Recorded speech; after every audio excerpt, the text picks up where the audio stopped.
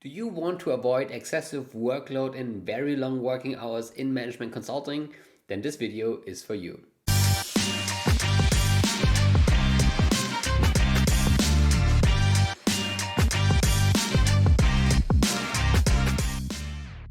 Hi everyone, my name is Johannes Niari and welcome to this channel. Welcome to Mastering Consulting. On this channel, we want to help you to have a great career start in management consulting. And first of all, I want to thank you for taking the time to watch this video. I know you're probably very busy, so thank you for checking out this channel.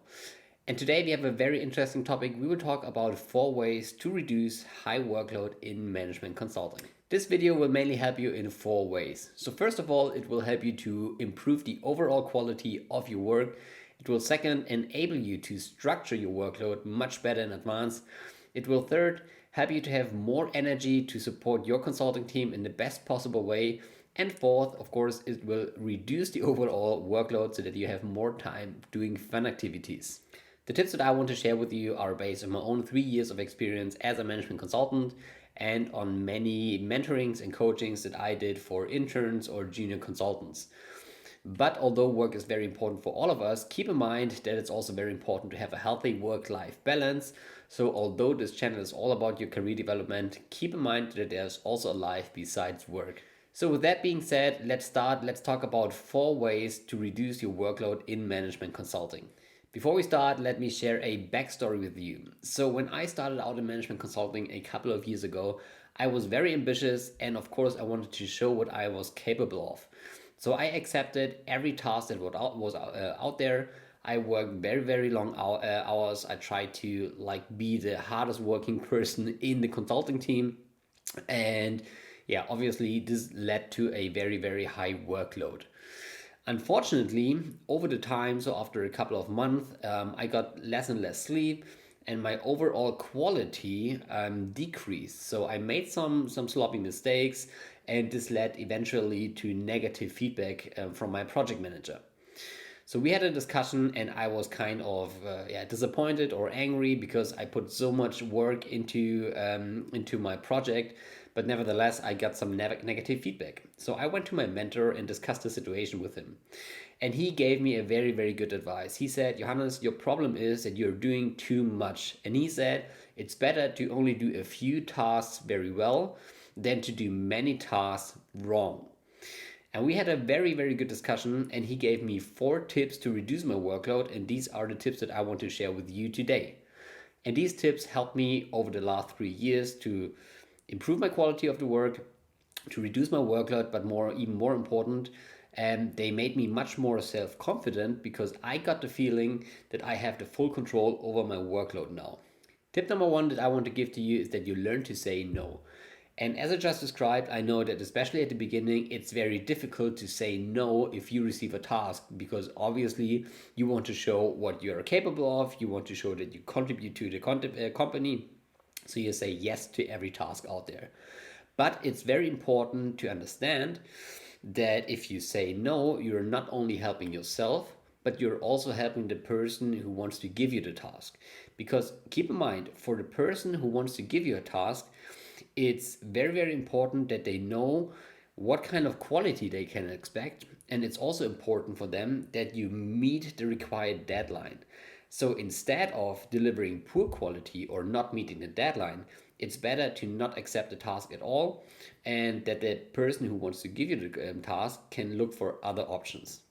So for example, if someone comes to you and wants to give you a task, but you are already full of work, the best way to deal with that situation is to politely say no, to explain the situation, but also to say when you are available again and just ask them if there would be an option if you just do the task later. So this is my first tip. Tip number 1, learn to say no. Tip number 2 that I want to give to you is that you learn to delegate your tasks.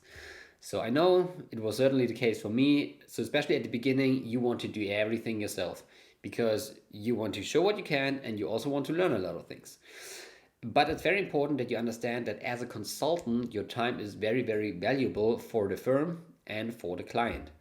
And many consultancies offer support services like research support, like slide support, or they offer working students or interns that can support you in your daily work. And you should make use of them. Also, there are many digital tools out there. For example, ThinkCell or Ask Brian. These are digital tools that help you in your daily life as a consultant to be much more efficient and to save a lot of time. So, for example, let's assume that you want to prepare a slide where you show some internal data from the company and some external environmental trends. Then, instead of doing all this yourself, you should do the following. So, you start just building the structure of the slide, you start deciding what information you need, but then you go to your resources that you have and start to delegate. So, for example, you go to your working student or intern and ask them to prepare the internal data from the company. Then you go to your research support and ask them to do some research about environmental trends.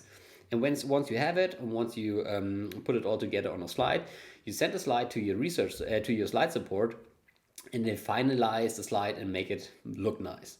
So instead of spending like 4 hours on one slide, you only spend like 30 minutes or an hour on a slide and really focusing on the most important tasks. So this will help you a lot to reduce your workload. So this was tip number 2, learn to delegate. Tip number 3 is that you learn to prioritize your tasks. So for me personally, it was very difficult at the beginning when I had only little experience in management consulting to decide which task has a high priority. So I highly recommend that over the time you develop a prioritization system that works for you. I personally like to distinguish between two categories of tasks. So one is urgent and the other one is important. Urgent means that there is a very tight deadline, so usually the same day or the next day. And important means that the task contributes to my main project. And this leads to basically 4 categories. So category 1 are tasks that are urgent and important. And these are the tasks that you should do immediately. So they contribute to your main project and they also have a very tight deadline. So do them as fast as possible. Category number 2 are tasks that are only urgent. So they do not necessarily contribute to your main project, but they have a tight deadline. And these are the tasks that you should do second. It's very important to try to minimize these tasks because obviously they only produce a lot of time pressure without contributing to your main project. Category number 3 are tasks that are not urgent but important. And this is kind of the sweet spot. You should try to maximize these kind of tasks because this is a sign of very good time management if you only have important tasks but they are not urgent. And so this is the third category. And the fourth category, and you can almost ignore them or delegate them, at least you should try to eliminate them. These are tasks that are neither important nor urgent. So this is my personal system, how I set priorities. So I highly recommend to you, this is tip number 3, to develop your own prioritization system. Tip number 4 that I can give to you is that you escalate and ask for help if necessary. And I know this can be hard sometimes because asking for help for some people is seen like a weakness, but it's very important for you to understand that asking for help is a good sign for responsibility. You have to keep in mind that the main task of your project manager is to manage resources and to manage the overall project. So for them, this is kind of very important that they know if there is a bottleneck somewhere and if there is help needed in order to have a very good project and in order to deliver all the project milestones in the right time. So for example, if it's very late in the evening, if it's 10 p.m. and if you still sit on your desk and, for example, have to finalize a presentation for the next day or an Excel model for the next day, instead of doing an all-nighter and doing it all yourself, just give your project manager a call and ask him for help. So very often there are free resources within your own team, and if there are no free resources within your own team, there are often free resources within other teams.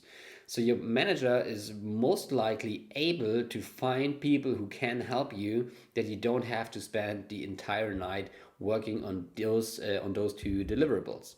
So this is tip number 4, escalate and ask for help if necessary. So these are the 4 tips that I can give to you to reduce your workload as a management consultant. Of course, I'm interested what kind of tips resonate with you, what kind of tips you like, or if you have other tips. So please leave a comment and let the community know. If you like the video and if you want to get more content about your career in management consulting, then please hit the bell and also subscribe to this channel. So thank you for watching. I hope you have a very great and very successful day. See you soon, Johannes.